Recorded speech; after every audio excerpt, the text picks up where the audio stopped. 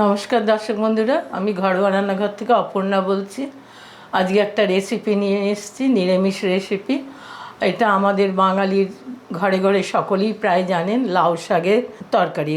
লাউ শাক চচ্চড়ি বলুন, যেভাবেই বলুন, এইটা লাউ শাকের ডাঁটা পাতা দিয়ে তৈরি হয়। আমি ডাঁটাটাকে আলাদা করে ধুয়ে রেখেছি আর পাতাগুলোকেও আলাদা করে রেখেছি। আর এই লাউ শাক বিভিন্নভাবেই রান্না করা যায়।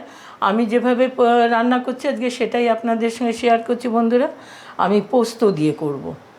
তা আসুন কীভাবে রান্না করছি দেখিয়ে দিই। প্রথমে আমি একটা শুকনো লঙ্কা দিয়ে দিলাম আর একটু 5 ফোড়ন দিয়ে দিলাম। এবার এর মধ্যে কিছু সবজি দেবো, কেটে রাখা সবজি এর মধ্যে দিয়ে দিলাম। এবার এই সবজির মধ্যে ডাঁটাগুলো দিয়ে দেবো সেদ্ধ হওয়ার জন্য। খুব সামান্য, যেহেতু পোস্ত দিয়ে করছি, খুব অল্প হলুদ দেবো। এবার লবণটাও দিয়ে দিলাম স্বাদ মতো।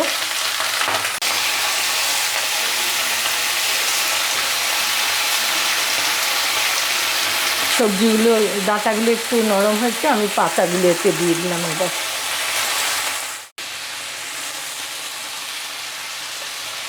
সব সবজি এবারে সেদ্ধ হবে।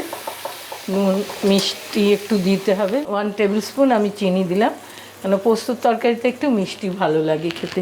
মাপ হিসেবে, সবজির মাপ হিসেবে এটা দিলাম। এবার জলে সব সেদ্ধ হবে, ঢাকা দিয়ে রাখছি।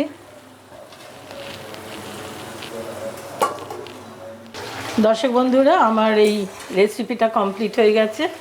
ডাঁটাটা একটু দেখে নিলেই হয়ে যায়, একদম নরম হয়ে গেছে ডাঁটা। এখন এর মধ্যে আমি পোস্ত বাটাটা দিয়ে দেবো। আমি পোস্ত বেটে রেখেছি, যে এটা দিয়ে একটু নাড়াচাড়া করতে হবে, একটু সময় আবার সেদ্ধ করতে হবে পোস্তটা, যাতে সব তরকারির সঙ্গে ভালোভাবে মিশে যায়। এই জন্য এটা দিয়ে এই জলটা সঙ্গে মিশে সবজিগুলো আরও ভালো হবে টেস্ট। এই জন্য লাস্টেই পোস্তটা দিলে ভালো হয় রান্নাটা। এখন এতটা জল, কিন্তু জলটা পরে টেনে নেয়। কিছু জলের জন্য আমাদের পুরনো রেসিপির একটা পদ্ধতি আছে, একটু আটা বা ময়দা দিতে হয়। যদি মাছের ঝোল, জল সব কিছু, কিন্তু ক্ষতি হয় না, খেতেও খারাপ লাগে না, বরং রেসিপিটা আরও টেস্টি হয়। বেশ মাখো মাখো ইয়েটা এসে যায় আরও তাড়াতাড়ি। আমি 1 টিস্পুন আটা একটু গুলে নিলাম, গুলে নিয়ে এটার উপরে দিয়ে দিলাম। ঝোলটাকেও টেনে নেবে, বেশ একটা মাখো মাখো ভাব হবে এই কারণে। এবার ভালো করে নেড়ে দিচ্ছি। বাঙালির খুব প্রিয় খাদ্য, আমরাও ভীষণ ভালোবাসি এই রেসিপিগুলো খেতে। কুমড়োর ডাঁটা, লাউয়ের ডাঁটা, শাক শুদ্ধ এইভাবে রান্না। এবার একটুখানি জলটা টেনে নেবে, ঢাকা দিয়ে দিচ্ছি। দর্শক বন্ধুরা, রেসিপিটা কমপ্লিট হয়ে গেছে, একটু সুন্দর ঘন হয়েছে। এই দিয়েই ভাত খেতে খুবই ভালো লাগবে। দর্শক বন্ধুরা, পোস্ত দিয়ে লাউ শাক ডাঁটার তরকারিটা কমপ্লিট করে আপনাদের সঙ্গে শেয়ার করলাম বন্ধুরা।